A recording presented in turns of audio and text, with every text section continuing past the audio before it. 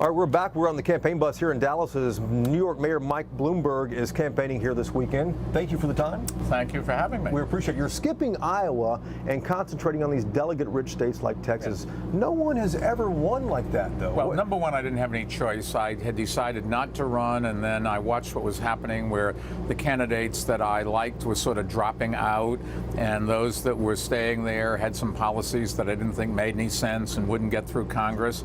And I didn't think any of them could beat Donald Trump, and so I changed my mind and went in, but by that time it was just too late to build a campaign organization in the 4 early states. So that's why I skipped them. It wasn't that I wouldn't have tried to compete. I started campaigning there before I decided not to run. But then when I came back, it was just too late to do it. Mayor, when you got in the race, got in late is what you're explaining to our viewers here too. What will this race cost? I have absolutely no idea. What are you prepared to spend? Well, I don't know the answer to that, but somebody said to me, you're spending a lot of money, and they were complaining, and I said, you know, I'm trying to use this money to get rid of Donald Trump. Do you want me to spend more or less? And they all said, spend more. I wanted to ask you, if elected, Mayor, will you lift the tariffs imposed by President Trump? Trade wars are not good. You don't win with trade wars. And unfortunately, us putting tariffs on China means Americans are paying those tariffs. We are the losers in this. How about the tax cuts, the Trump tax cuts? If elected, would you roll those back? I thought the tax cut on corporations went a little bit too far, didn't have to go down as low as it did, but it was a good idea to have the corporate tax cut because our companies have to be competitive. Our jobs depend on that. But I thought that the tax cut for wealthy people was not deserved. I didn't need a tax cut.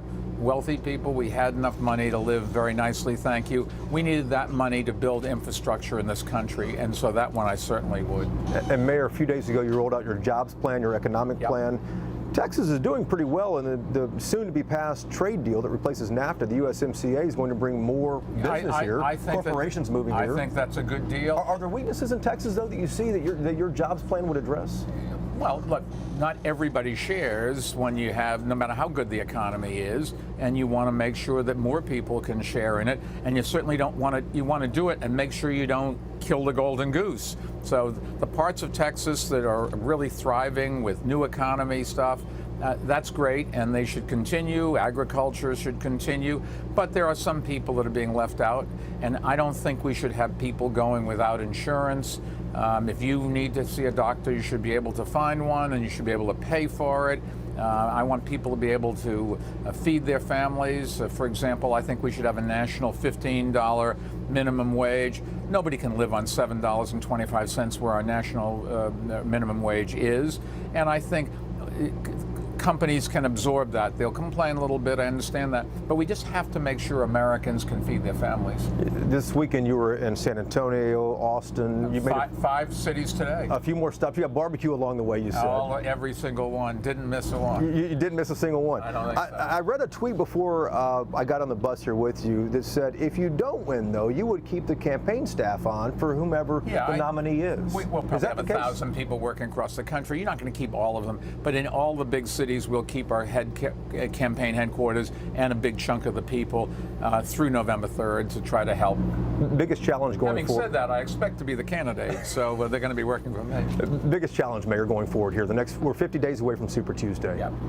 It's just getting the message out. There's not a lot of time. All I've got to do is keep every day going to 5 cities, and even then I won't get enough. You've got to tell people why they should vote for you. And it's not my business why they shouldn't vote for the other guys. So I never mention my opponents when I'm talking. I know how to bring people together.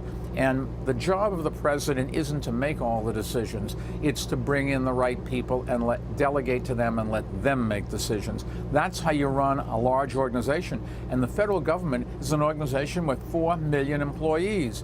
You can't run it just by saying, I do this. You can't go out and make a decision on dropping a bomb or anything else without talking to people who know the implications. So we'll find out. It may be there's no problem elsewhere. It may be you'd be putting other American lives in jeopardy. You don't do it without having people who are experts. And unfortunately, we've lost a whole bunch of those in the State Department, in the Defense Department, a National Security Advisor's Office. You have to run this like as a professional. Mayor, thank you for the time and good luck. Thank you very much. Appreciate it.